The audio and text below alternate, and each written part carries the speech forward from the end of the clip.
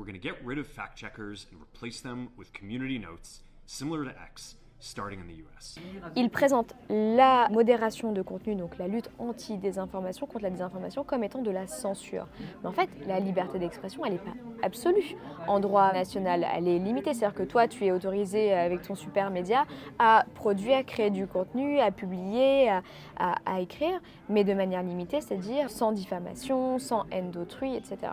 La désinformation, c'est une des limites de la liberté d'expression. Donc c'est pas de la censure, c'est juste appliquer une limite à la liberté d'expression pour que nous tous, on navigue dans un socle commun qui est rationnel. Parce qu'aujourd'hui, la liberté d'expression, c'est vraiment une blague si la qualité des informations sur laquelle on débat n'est pas assurée. Parce que Bardella d'ailleurs a pris la parole sur...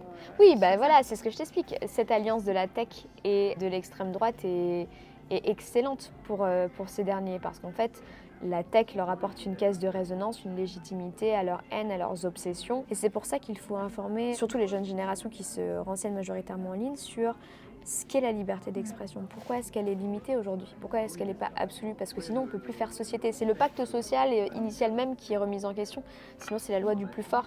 La loi du plus fort, en l'occurrence sur les réseaux sociaux, c'est celle d'Elon Musk. C'est les contenus qui apparaissent en premier. Il se garde bien de garder les contenus qui critiquent Tesla. C'est vrai, les algorithmes d'Elon Musk les suppriment automatiquement.